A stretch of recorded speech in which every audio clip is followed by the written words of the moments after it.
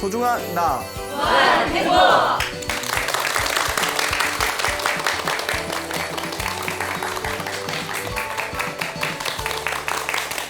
예, 만나서 반갑습니다. 반갑습니다. 예, 광우 스님이라고 합니다.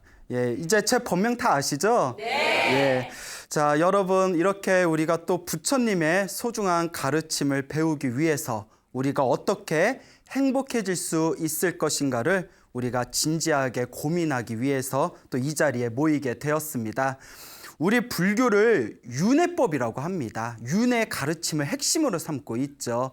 여러분, 윤회라는 말 다 들어보셨죠? 네. 예, 뭐 제 옛날 여자친구 이름이 뭐 정윤회예요, 뭐 이런 거. 예? 그건 아니고, 예, 윤회, 수레바퀴룬, 바퀴룬자에 회자가 무슨 회자죠? 예, 돌회. 수레바퀴와 같이 돌고 돈다. 그래서 윤회, 내가 죽고 태어나고 죽고 태어나는 이 업보의 삶을 수레바퀴와 같이 돌고 돈다해서 윤회라고 부르게 됩니다.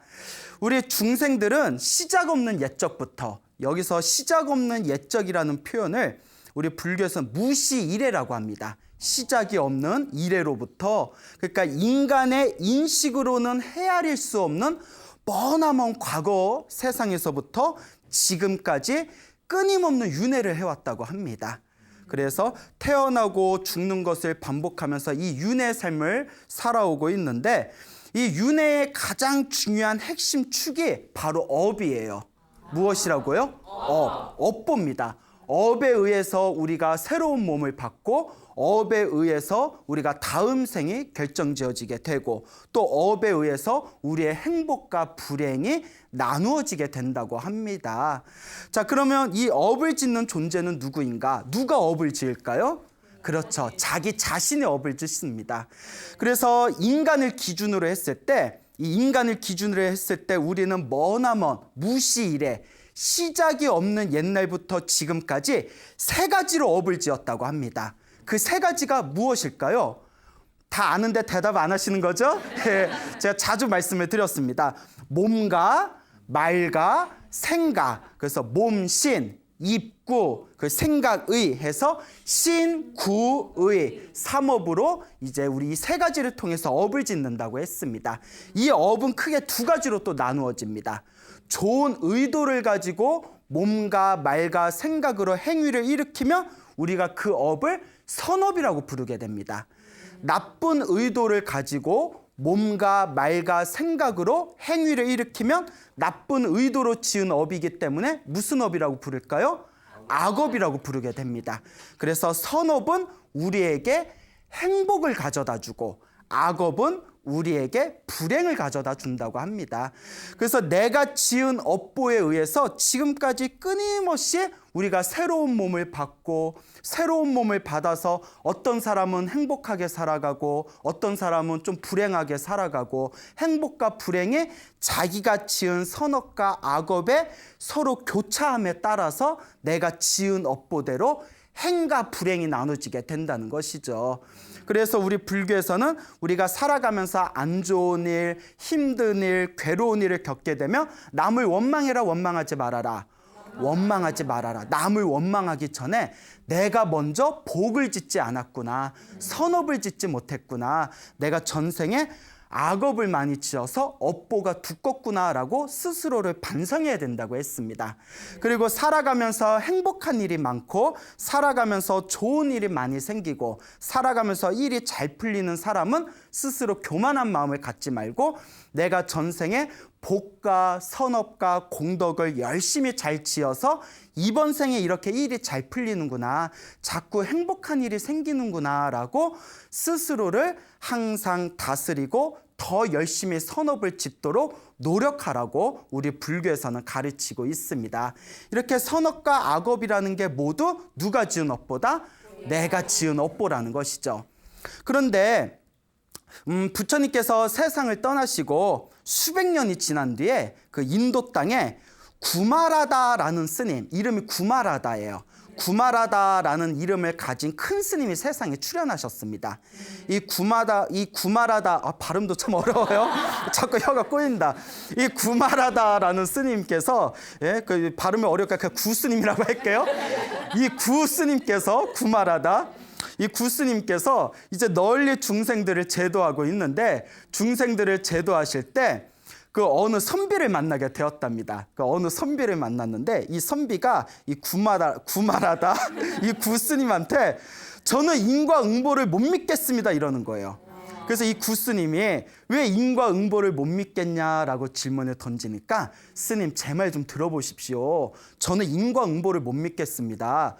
우리 부모님께서는 평생 동안 불법승 삼보를 믿어왔습니다. 부처님과 가르침과 스님들을 항상 모시고 신앙하였으며 항상 좋은 일을 많이 하셨습니다.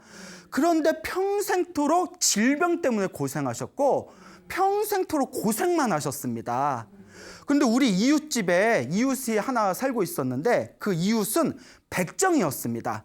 살아있는 생명을 죽이는 백정이었는데, 소도 죽이고 양도 죽이고, 우리 불교에서는 살생의 업이 제일 무섭다고 하지 않습니까? 네. 평생을 백정으로 살아왔는데도 평생 동안 건강하고 항상 행복하게 편안하게 사는 겁니다. 이게 무슨 인과응보가 있습니까? 그래서 저는 인과응보를 믿지 못하겠습니다. 이 구마라다 구스님께서 이 이야기를 딱 듣고, 어찌 그리 어리석냐, 어찌 그리 의심을 일으키냐라고 말씀하시면서 다음과 같이 이야기를 하십니다. 선악의 업보는, 선업과 악업의 업보는 과거, 현재, 미래 3세에 의해서 이루어진다. 3세에 의해서 이루어진다. 그래서 과거에 지었던 업을 언제 받고, 오늘에 받고, 오늘에 지은 이 업보를 미래에 또 받게 되는 것이다. 이렇게 과거, 현재, 미래에 의해서 자신의 업보를 받는 것이지, 죄와 복이 없다고 이야기해서는 안 된다. 자기가 지은 인과응보는 메아리와 같고, 우리가 소리를 지르면 메아리가 울리잖아요. 메아리와 같고 그림자와 같다. 우리가 해가 뜨면 항상 그림자가 따라다니잖아요. 이와 같이 내가 지은 인과응보는 메아리와 같고 또한 그림자와 같아서 결코 이 인과업보에서 벗어날 수가 없다라고 말씀을 하십니다. 그래서 이번 생에 나쁜 짓을 하면서도 행복하게 사는 것처럼 보이는 사람들은 그만큼 전생에 무엇을 많이 지었다? 복을 많이 지었기 때문이고, 이번 생에 그 복을 다 까먹었기 때문에 이번 생에는 행복하게 사는 것처럼 보여도 언제 또 그 업보를 다 받아야 된다. 다음 생에라도 받을 수밖에 없다는 겁니다. 이번 생에 아무리 착하게 열심히 살아도 사는 것이 불행한 것처럼 보이는 사람은 그만큼 전생에 무엇을 지어놓은 게 없다. 복을 지어놓은 게 없다. 하지만 이번 생에 열심히 복을 지었으니 이번 생에 못 받으면 언제라도 반드시 받는다. 다음 생에라도 반드시 받는다. 이게 과거, 현재, 미래, 과거, 전생, 현생, 미래, 내생에 이어지는 3세 인과의 업보라는 겁니다. 그래서 우리 불교는 이 윤의 인과가 굉장히 중요합니다. 끊임없이 태어나고 죽는 것을 반복하면서 내가 과거에 지었던, 전생에 지었던 업보를 지금 받는 것이고, 내가 이번 생에 지어놓은 것은 지어놓은 것대로 다음 생에라도 받을 수밖에 없다는 거. 이 인과 업보, 이 윤의 가르침은 불교 사상의 가장 밑바탕이라고 할 수가 있습니다. 근데 우리가 전생이 보여요, 안 보여요? 안 보여요. 여러분 보여요? 안 보이죠? 그러니까 우리가 이렇게 사는 거예요. 우리가 전생에 다 볼 수 있고, 아이고 내가 전생에 무슨 업보를 지어서 내가 이렇게 사는구나, 저 사람은 전생에 어떤 업을 지어서 저렇게 사는구나 라는 걸 우리가 전생을 다 기억하고, 내가 지금 이번 생에 지은 업보를 다음 생에 어떻게 받겠구나, 이 윤의 법칙을 내 눈으로 똑똑하게 꿰뚫어 볼 수 있다면 우리가 어리석게 살까요, 안 살까요? 안 살겠죠. 훨씬 양심적이고 훨씬 스스로의 마음을 다스리고 훨씬 더 복과 선업과 공덕을 지으면서 살아가겠죠. 하지만 보인다, 안 보인다? 안 보인다. 그렇기 때문에 우리가 보이지가 않으니까 딱 믿음을 일으키기가 힘들고, 믿음을 일으키기가 힘드니까 복과 선업과 공덕을 짓는 것이 더뎌지는 것입니다. 그래서 우리 불교에는 이런 얘기가 있습니다. 누가 딱히 말해주지 않아도, 자기가 눈으로 직접 체험하지 않아도 그냥 마음속으로 저절로 윤회는 있고 전생은 있고 내가 지은 업은 내가 그대로 받는다라는 믿음을 자연스럽게 일으키는 중생은 전생에서부터 복을 많이 지은 중생이래요. 전생에서부터 수행을 많이 하신 분이랍니다.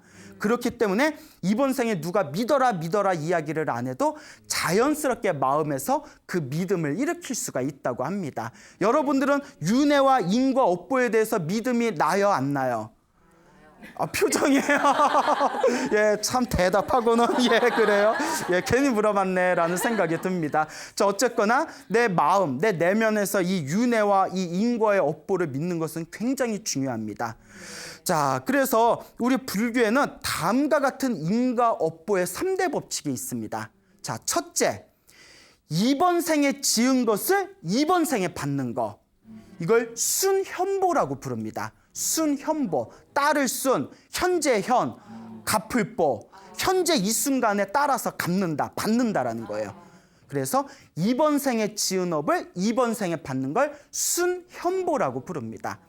이번 생에 지은 것, 이번 생에 선업을 지었건 이번 생에 악업을 지었건 이번 생에 지은 업을 다음 생에 받는 것을 무슨 보라고 할까요? 순생보라고 합니다. 생보, 순생보. 그리고 이번 생에 지은 업을 다음 생에 못 받더라도 혹은 다다음 생에 못 받더라도 언젠가는 받을 수밖에 없는 거. 윤회의 삶 속에서 10생 후에 받든 50생 후에 받든 100생 후에 받든 절대 내가 지은 업은 사라지지 않고 이번 생에 지은 나의 업보를 언젠가는 받는다라는 것을 무슨 보라고 부르게 될까요? 순후보라고 부르게 됩니다. 순후보, 뒤후자를 써서 뒤에라도 반드시 받는다는 거예요.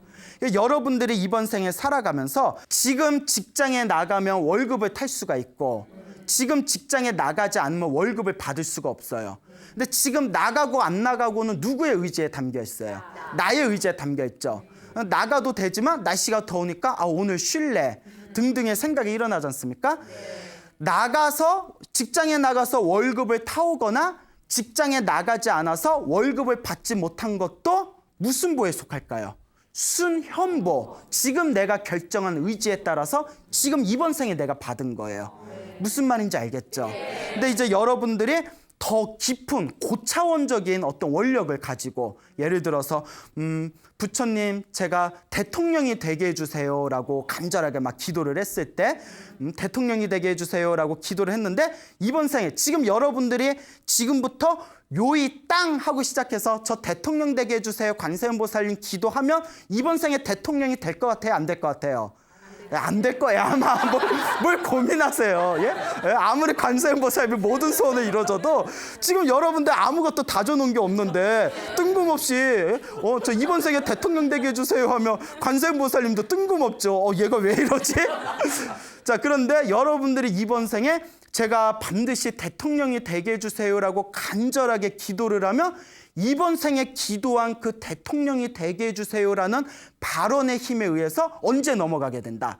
다음 생에 그 기도의 힘이 넘어가서 다음 생에는 대통령이 될 만한 좋은 가문에 태어나고 좋은 인맥을 맺고 좋은 학업을 성취하고 좋은 사람들을 만나서 극적으로 대통령이 될 수 있는 어떤 그런 인연을 내가 만들게 되었다. 이거는 무슨 보에 속하게 될까요? 순생보, 이번 생에 지어놓은 걸 언제 받는다? 다음 생에 이제 받게 된다. 이게 순생보입니다. 이해 가시죠? 자, 그리고 만약에 여러분이 이제 사랑하는 연인이 있어요. 사랑하는 연인이 있는데 이제 집안에 반대로 헤어지게 됐어요. 그 로미오와 줄리엣을 생각해 봅시다. 로미오와 줄리엣. 로미오 사랑해.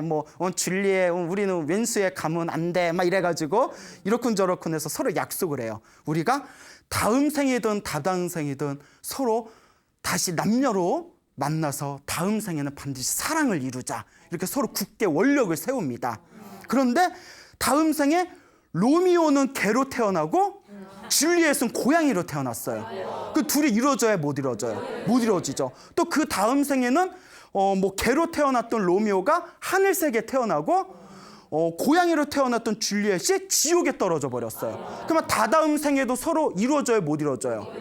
그런데 10생이 지나고 100생이 지나서 어느 시기에 서로 인연이 딱 맞아떨어져서 한 가문의 남자와 여자로 다시 만나게 됐어요. 비록 100생 전에 약속을 한 인연이지만 100생 후에라도 우리가 서로 사랑의 결실을 맺자라고 약속을 해서 100생 후에라도 서로가 결혼을 해서 사랑의 결실을 꽃피웠을 때 이것을 무슨 보라고 하게 된다?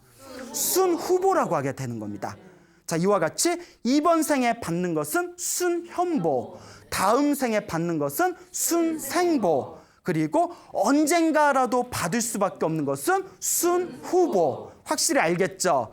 자, 그런데 이번 생에 받건 다음 생에 받건 아니면 먼 미래 생에 받건 중요한 건 하나입니다. 내가 지은 건 뭐 할 수밖에 없다? 받을 수밖에 없다. 내가 지은 업은 반드시 받을 수밖에 없습니다. 자, 그런데 꼭 불자분들 중에 이런 분이 있어요. 성격이 급해가지고 부처님 도와주세요 도와주세요 기도해놓고 당장에 효험이 없으면 아이고 기도해도 영험 없네, 아이고 부처님한테 기도해봤자 아무 소식도 없네 하고 마음의 심심을 놓아버리는 사람들이 의외로 많습니다. 여러분들 그런 거 느껴본 적 있나요? 예, 내가 간절하게 기도를 했는데도 소원이 잘 안 이루어지는 것 같으면 왠지 마음의 실망감을 느끼고 정말 이거 효험이 없고 영험이 없고 가피가 없는 것인가라고 마음의 흔들림이 느껴질 때가 있습니다. 하지만 여러분 기억해 두십시오. 지금 내가 기도를 하고 지금 내가 복을 짓고 지금 내가 선업을 지은 것은 이번 생에 받을 수도 있고 혹은 다음 생에 받을 수도 있고 혹은 다음 생에 못 받아도 언젠가는 받을 수밖에 없습니다. 내가 지은 업은 선업이든 악업이든 반드시 내가 받게 된다. 그래서 우리 부처님의 가르침에 이런 가르침이 전해지고 있죠. 선업의 열매가 맺기 전에는 아무리 착한 짓을 많이 해도 당장은 불행한 것처럼 느껴진다. 하지만 선업의 열매가 푹 있게 되면 그때 비로소 행복의 맛을 느끼게 되리라. 지금 악업의 열매가 맺질 못하면, 악업의 열매가 맺기 전에는 아무리 나쁜 짓을 해도 불행한 일을 겪지 않는다. 하지만 악업의 열매가 완전히 있게 되면 내가 지은 악업은 반드시 누가 받을 수밖에 없다? 내가 받을 수밖에 없다. 그러니까 우리가 열심히 기도하고 복을 짓고 공덕을 쌓으면서 당장에 아무런 효과를 못 느낀다면 아직 무엇의 열매가 익지 않은 거예요? 선업의 열매가 안 익었을 뿐입니다. 하지만 내가 기도하고 복 지은 공덕은 남아 있습니다. 내 주변에 온갖 나쁜 짓을 하는데도 호강하면서 사는 사람들은 아직 악업의 열매가 맺지 않았기 때문입니다. 악업의 열매가 푹 익게 되면 언젠가 그 업보를 내가 받을 수밖에 없다는 것입니다. 이와 같이 선업과 악업의 과보는 절대 피할 수 없다라는 것을 명심하시기 바랍니다. 자, 예전에 있었던 일이에요. 부처님께서 이렇게 인과 업보에 대해서 이렇게 중생들한테 끊임없이 이야기를 하시면서 부처님의 이와 같은 비유를 드신 적이 있으셨습니다. 머나먼 어느 나라에 큰 왕이 있었답니다. 이 왕이 있었는데 10년이 넘어가도록 이 왕에 병이 있었는데 병이 낫지를 않았대요. 그러니까 이 왕이 누구든지 내 병을 낫게 해주는 사람이 있으면 내가 큰 재물 보화와 상을 내리겠다라고 항상 마음으로 생각하고 있었는데 저기 조그만 시골에 어느 의사가 있었는데 이 의사가 엄청나게 병을 잘 고친다는 소문이 들리게 됩니다. 그래서 그 왕이 의사를 부르게 돼요. 시골에 있는 의사를 딱 불러서 내가 오랜 기간 동안 병 때문에 고생을 했는데 내 병을 한번 고쳐봐라. 그래서 의사가 이 왕의 병을 내가 고쳐주면 내가 엄청나게 큰 상을 받겠지 생각이 되어서 엄청나게 정성껏 간절하게 치료를 해서 왕의 병을 고쳐냅니다. 10년이 넘게 고치지 못한 왕의 고질병을 딱 고쳐내니까 왕이 마음속으로 너무 고마운 거예요. 그래서 신하를 이렇게 부릅니다. 신하를 부른 뒤에 저 의사가 나를 고쳐줘서 너무나 고맙다. 그러니까 신하야, 저 시골에 있는 의사의 집에다가 수많은 코끼리와 수많은 말과 소와 양떼와 그리고 수많은 재물보화를 선물로 주고 저 의사가 살고 있는 시골의 집에 아주 크고 화려하고 아름다운 집을 지어줘라 하고 큰 상을 내려라 하고 신하에게 명령을 내리게 됩니다. 그 왕이 그렇게 신하에게 명령을 내렸는데 왕이 뒤에서 이와 같이 배려해줬다라는 사실을 아무도 의사한테 이야기를 안 해준 거예요. 그러니까 아무도 이야기를 안 해주니까 또 왕도 왕 체면인데 내가 너네 집에 이렇게 해줬다 고맙지? 이러면 또 체면 체신이 안 쓰잖아요. 그래서 왕도 아무 말 안 하고 주변에도 아무 말 안 해주니까 의사는 속으로 며칠 동안 나에게 어떤 상을 줄까? 어떤 상을 줄까? 뭘 주실까? 했는데 아무런 소식이 없으니까 약간 좀 서운한 거예요. 그래서 이제 왕한테 왕이시여 제가 집을 떠나온 지 오래되었으니 집으로 돌아가겠습니다 하니까 왕은 이미 뒤에서 선물을 다 줬잖아요. 그러니까 그냥 의사한테 고마웠다 뭐 언제든지 또 놀러와라 하면서 그냥 보내버렸대요. 그러니까 제 말 한 필 줘서 집으로 보내라 해버리니까 의사가 너무 그냥 마음에 막 한탄의 마음이 일어나면서 막 서럽고 막 후회가 되고 막 너무너무 섭섭한 거예요. 여러분 같아도 그러겠죠. 그래서 한숨을 푹 내쉬면서 왕이라고 기껏 고쳐놨더니 아무런 보답도 안 하고 이런 뱅댕이 소갈딱지야 막 이러면서 야 어떻게 내가 10년이 넘게 걸린 고질병을 고쳐냈는데 아무런 보답도 안 할 수가 있냐고 막 징징거리면서 이제 집으로 돌아가게 됩니다. 자기 고향의 시골 땅에 딱 들어서게 되는데 시골에 이렇게 들어섰는데 저게 웬 막 수십 마리의 코끼리 떼가 막 왔다 갔다 하는 거예요. 깜짝 놀라서 시골에선 코끼리 보기가 힘들잖아요. 그래서 그 옆에 있는 사람들한테 아니 저 코끼리가 웬 여기 우리 마을에 왜 코끼리가 저렇게 많냐고 했더니 아니 우리 마을에 있는 어느 의사가 왕의 병을 고쳤다니까 왕께서 저 코끼리를 그 의사에게 그걸 이제 상으로 내리신 거다라고 했더니 의사가 난가? 그러니까 이게 긴가민가예요. 우리 마을에 의사가 또 있나? 그러니까 자기는 상상도 못한 거죠. 꿈에도 상상도 못하고 난가? 누군가? 그리고 또 이제 한참을 말을 타고 내려왔는데 저기에 웬 아주 그냥 튼실튼실하고 아주 살이 토실토실 오른 튼튼해 보이는 말이 막 풀을 몇십 마리가 막 풀을 뜯고 있는 걸 보는데 그 말을 보면서 우리 마을에 왜 이렇게 말이 많지? 옆에 있는 사람한테 저 말이 왜 이렇게 우리 마을에 말이 많냐고 저 다 누구 말입니까? 했더니 몰라요. 뭐 우리 마을에 무슨 의사가 왕 병을 고쳤는데 왕이 고맙다고 뭐 코끼리 떼하고 저 말떼하고 다 선물했답니다. 그 의사가 난가? 헷갈린 거예요. 헷갈릴 만도 하잖아요. 자기한테 아무 말도 안 했으니까 우리 마을에 나 말고 또 누가 의사가 있었지? 또 이렇게 내려가는데 이제 또 소떼하고 양떼가 막 수십 마리, 수백 마리가 있으니까 또 물어봤겠죠? 누구 소예요? 이랬더니 누구 양이에요? 했더니 몰라요. 우리 마을에 뭐 의사가 있는데 왕을 고쳤더니 왕이 선물로 내렸대나? 그 또 의사가 뭐라고 생각했겠어요? 난가? 이쯤 되면 이게 왕과 신하의 잘못이 아니라 의사가 엄청 눈치가 없는 것 같아. 네? 평생 병 고치는 것만 공부했지 정말 눈치가 없는 것 같아요. 근데 이렇게 눈치 없는 사람도 결혼을 했어.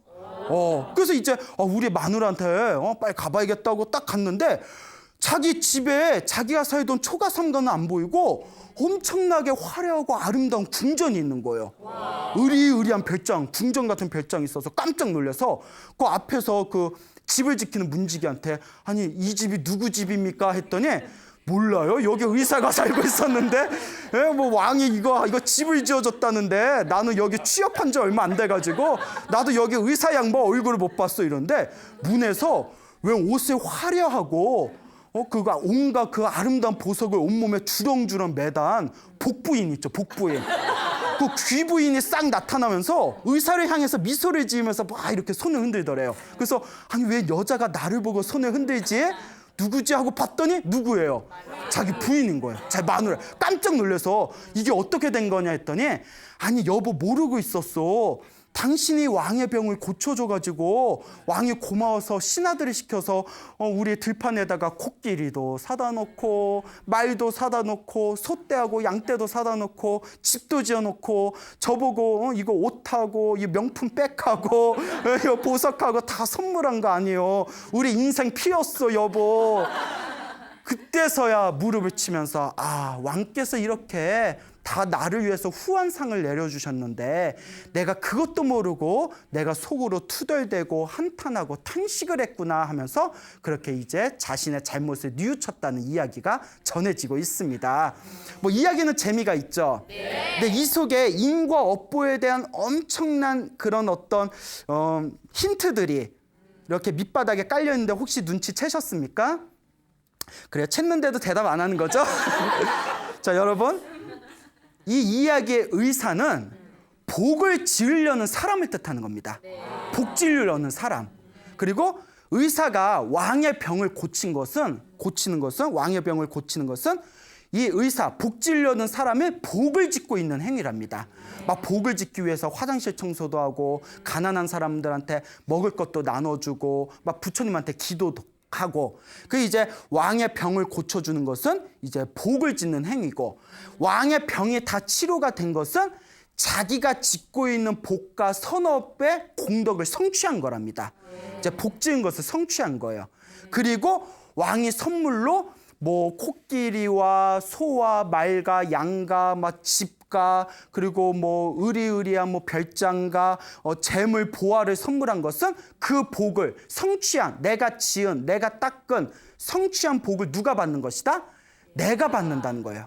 내가 받는 것인데 여기서 이 이야기에 그런 내용이 나오죠. 왕이 아무런 얘기도 안 하고 뒤에서 챙겨줬더니 아이고 고쳐져봤자 아무 영험 없네 후회하고 탄식하면서 집으로 내려오는 내용이 나오잖아요. 이와 같이 우리도 실컷 복을 지어놓고 이미 알게 모르게 우리 뒤에 복이 다 쌓였는데 당장 눈앞에 드러나지 않는다 해서 아이고 내가 열심히 절에 다녔는데 효험도 없고 가난한 사람들한테 많이 베풀어줬는데 아무 영험도 없고 기도도 열심히 했는데 아무 갚이도 없고 이렇게 후회하고 있는 심정을 뜻하는 겁니다. 하지만 이번 생에 아니면 다음 생에라도 받듯이 결국 이 의사가 모든 것을 체념해버리고 집에 딱 와봤더니 이미 자기 앞에 후한상이 딱 준비되어 있는 것을 보고는 후회하고 아 내가 왕의 병을 고쳤더니 이와 같은 상을 받았구나라고 인식하는 것은 이와 같이 내가 지은 공덕을 당장 눈앞에 드러나지는 않았지만 이번 생이 아니면 다음 생이라도 내가 지었던 공덕을 다 내가 받아서 태어날 때 귀한 가문에 좋은 집안에 부모님 밑에 태어나서 어렸을 때부터 얼굴이 엄청 잘생기고 예쁘고 잘 나가고 시험을 쳤다 하면 뭐 1등을 하고 뭐 하는 일마다 사업이 잘 되는 등등의 그런 공덕을 자기가 받게 되는 모습을 비유로서 설화로 나타낸 것이 바로 이 이야기의 핵심이 되겠습니다. 이와 같이 우리 불자분들도 이 의사와 같이 지금까지 쭉 설명을 들었지만 이 의사가 왕의 병을 고치고 나서 왜 아무런 상도 내리지 않냐 아이고 정말 후회된다 내가 뭐하러 이렇게 병을 고쳤는지 모르겠다 이런 후회하는 마음을 일으키는 의사의 이 감정을 우리 중생들이 다 그대로 갖고 있어요. 여러분들도 막 이렇게 소나무 프로그램 들으면서 매일매일 108배를 해라 매일매일 기도를 해라 매일매일 복을 지어라 매일매일 마음을 잘 써라. 근데 제가 항상 말씀드리잖아요. 전생에 복을 지어놓은 게 있으면 이번 생에 조금만 기도해도 효과를 빨리 느끼지만 전생에 지어놓은 복이 없으면 이번 생에 기도를 열심히 해도 효과를 더디게 만나게 된다. 이와 같이 내가 전생에 지어놓은 복이 없는 사람은 이번 생에 기도를 한다고 해도 이게 무슨 영험이 있나 가피가 있나 효험이 있나 아리송 하는 거예요. 이게 바로 우리 중생의 마음입니다. 이때 자기 마음에 확고한 믿음의 말뚝을 딱 하니 박아야 돼요. 인과 업보는 분명하다. 내가 지금 기도하고 내가 지금 복을 짓고 내가 지금 선업을 지은 것은 당장 눈앞에 효과가 나타나지 않아도 알게 모르게 내 선업의 저장 창고에 내 복이 차곡차곡 공덕이 쌓이고 있구나. 언젠가는 이 공덕을 내가 다 받을 것이다. 아직은 내 복과 선업의 열매가 아직 익지 않았기 때문이다. 이제 이 시기만 기다리면 된다. 그러니 포기하지 말고 열심히 내가 기도하고 복을 짓자라는 마음을 여러분 내면에서 강력한 이 믿음의 힘을 일으키셔야 됩니다. 아시겠습니까, 여러분? 불교는 인과 업보, 자기 업은 반드시 자기가 받습니다. 그러니까 급한 마음, 언제 받지? 언제 받지? 왜 안 주지? 왜 안 주지? 이런 된장 주는 거야, 많은 거야. 뭐 이런 마음을 일으키면 오동복도 달아나요. 어머, 얘 성격 왜 이래? 막 이러면서. 그러니까 느긋하게 장기적인 안목을 갖고 꾸준하게 복을 지으시기 바랍니다. 여러분 생각해 보세요. 우리가 전생에 얼마나 수많은 악업을 저질렀겠어요. 우리의 업보가 얼마나 두껍겠습니까? 이 우주에서 가장 큰 산이라는 수미산만큼 우리가 큰 수많은 업보를 지었으니 그 업보를 내가 녹여나가는 과정에 쉬울 리야 있겠습니까? 그러니 장기적인 안목을 갖고 믿음을 갖추고 인과 업보를 믿고 내 업은 내가 받는다라는 확고한 부처님의 가르침을 가슴에 새기면서 한 걸음 한 걸음 기도하고 복을 짓고 나아가신다면 분명히 여러분들 삶에 아름답고 특별하고도 뛰어난 공덕을 성취하게 될 것입니다. 여러분 믿습니까? 네. 예, 그 대답은 잘해요. 예. 항상 이거 대답은 잘해요. 근데 대답이라도 잘해서 고마워요. 알겠죠? 네. 자, 그래서 땀이 막 줄줄 새네요. 자, 그래서 부처님의 그 설화에 다음과 같은 이야기가 있습니다. 그 부처님께서 어느 날 아난존자와 함께 탁발을 나가게 됩니다. 이렇게 탁발을 나가게 되었을 때 그 걸식을 나갔는데 그 부처님께서 과거 전생에 인연이 있던 어느 부잣집을 찾아가게 됩니다.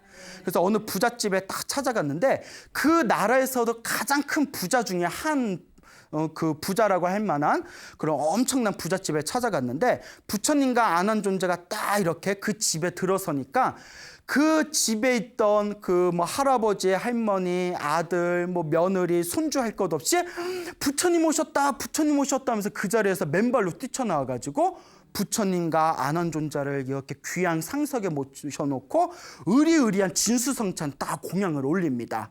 근데 아난존자가 이렇게 주변 집을 두리번 거렸더니 여태껏 수많은 부잣집을 다녀봤지만 정말 다녀봤던 부잣집 중에서도 정말 최고로 베스트에 속할 만한 뭐 베스트 오브 베스트 그렇게 그래서 배우배라고 하죠, 줄여서 그 베스트에 속할 만한 그런 아주 의리의리한 그런 큰 부잣집인 걸 딱 보고 아난존자가 입이 떡 벌어져서 이 아난존자도 왕족 출신이거든요. 왕족 출신인데 왕족 출신이 입이 떡 벌어질 정도면 얼마나 부자겠어요.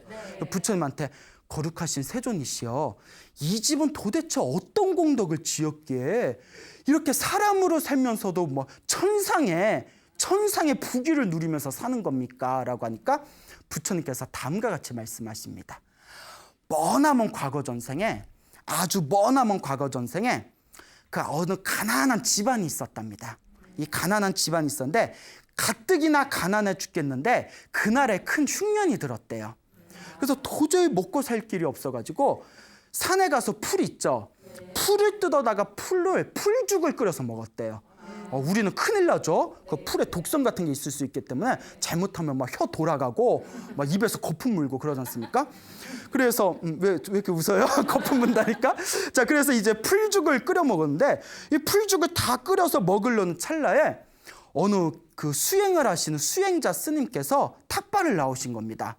탁발에 딱 나오셨는데 너무나 흉년이라서 다른 집에서도 다 음식을 공양을 못 올리는 거예요. 그때 이 가난한 집안에 있던 이 식구들이 그 가장 어르신이신 이 할아버지 할머니가 저 수행자에게 괜찮다면 우리가 먹으려는 요 풀죽이라도 올리고 싶다. 그래가지고 그 스님을 모셔옵니다. 스님, 저희가 도무지 드릴 게 없는데 요 쓰디쓴 풀죽뿐이 없는데 요 풀죽이라도 좀 드시겠습니까? 우리 같으면 먹어요, 안 먹어요? 쓴 거 싫은데 설탕이라도 뿌려주면 모를까? 우리 쓴 거 싫은데 이럴 법도 한데 이제 수행을 하시는 고귀한 스님이기 때문에 그 어떤 하찮은 음식이라도 정성으로 올린 공양은 반드시 공덕이 있습니다 하고 그 풀죽을 달게 드셨대요.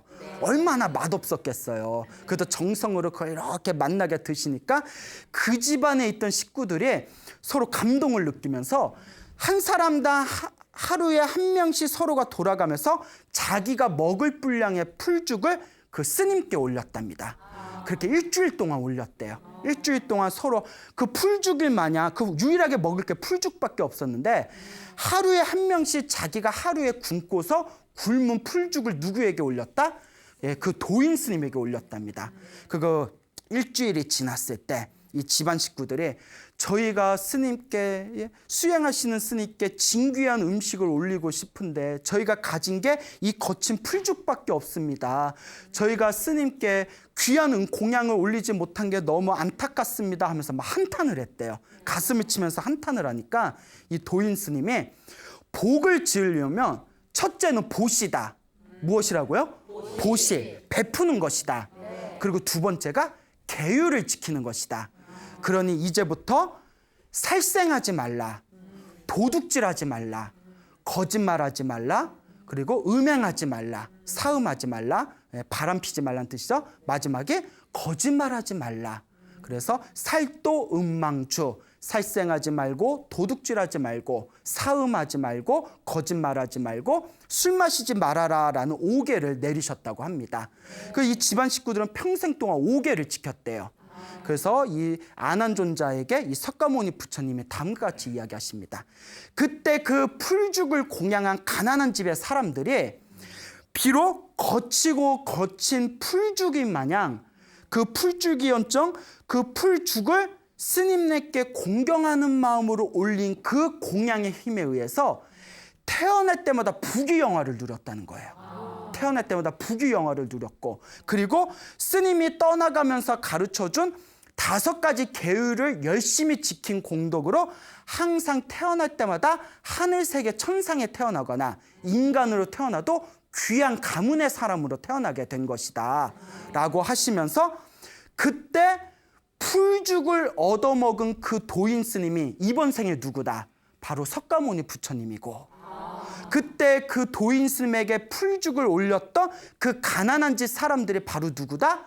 지금 이번 생에 이 의리의리한 집에서 천상의 부귀를 누리며 살고 있는 이 부잣집 사람들이다. 전생에 내가 부처가 되기 전에 스님이었을 때 풀죽을 얻어먹고 5계를 가르쳐줬던 5가지 계율을 가르쳐줬던 공덕의 힘에 의해서 나를 보자마자 저렇게 처음 본 건데도 기쁜 마음으로 나를 맞이한 것이다 라고 이야기를 하셨다고 합니다. 즉 이번 생에 지었던, 이번 생에 그 도인 스님에게 풀죽을 일주일 동안 올렸던 그 공덕의 힘을 이번 생에는 못 받았지만 언제라도 받았다? 다음 생에 천상의 세계에 태어나서 신으로 살고 인간으로 태어나서도 어마어마한 부귀영화를 누렸다는 겁니다.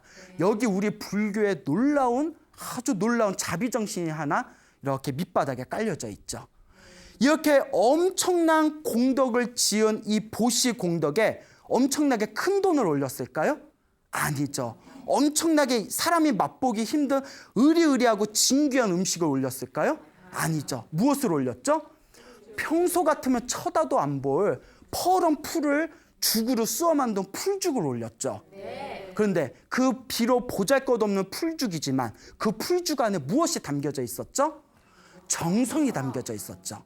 그래서 이 어떤 공양을 올리든 어떤 보시를 올리든 내가 어떤 마음으로, 어떤 의도로, 어떤 정성스러운 마음으로 공양을 올렸냐, 이것이 바로 나의 선업을 왕성시키는 가장 중요한 핵심이라고 합니다.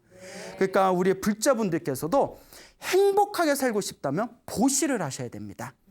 보시를 하실 때 요만한 거 보시해봤자 이게 무슨 복이 되겠어? 아닙니다. 우리 입장에선 보잘것없는 쌀 한 톨이라 하더라도 그 안에 정성이 담겨져 있으면, 그 안에 진실한 정성이 담겨져 있으면 남들이 하찮게 보는 것조차도 부처님은 그 자그마한 정성이 담겨져 있는 자그마한 공양물 속에서도 크나큰 복과 선업과 공덕을 성취할 수 있다고 증명하셨습니다. 그러니 자그마한 것이라도 우리가 꾸준히 복을 지어야 됩니다. 그리고 계율을 지켜야 됩니다. 이 계율은 윤리와 도덕입니다. 살아가면서 아무리 남들한테 베풀어도 겉과 속이 다르고 마음을 잘 쓰지 못하고 뒤에서 온갖 악행을 저지른다면 그건 진정한 선업이 될 수가 없습니다. 그러니까 밖으로는 사람들에게 널리 보시를 하면서 복을 하고 안으로는 계율을 지키고 윤리를 지키고 도덕을 지키는 삶을 산다면 내 삶에 뛰어난 복과 선업과 공덕을 쌓아나갈 수가 있습니다. 그리고 우리 중생은 살아가면서 과거 전생에서부터 수많은 업보, 수많은 업장, 수많은 악업을 저질러 왔습니다. 그 악업과 업보와 업장이 우리의 행복을 자꾸 가로막는 겁니다. 내 행복을 가로막는 그 업보와 업장을 소멸하기 위해서 우리는 꾸준히 기도를 해야 됩니다. 절을 하든지 염불을 하든지 경전을 독송하든지 경전을 베끼는 사경을 하든지 자신만의 기도를 통해서 여러분들의 삶을 차곡차곡 바꾸어 나간다면 분명히 여러분들 삶에 어마무시한 굉장한 그런 행복과 행운의 특혜를 얻게 되실 겁니다. 여러분 행복해지고 싶습니까? 네. 행복한 삶을 창조하고 싶습니까? 네. 복을 지으십시오. 선업을 지으십시오. 공덕을 쌓으십시오. 복과 선업과 공덕의 힘이 여러분들을 진정한 행복의 길로 이끌어 줄 것입니다. 여기서 마치겠습니다. 소중한 나. 대한민국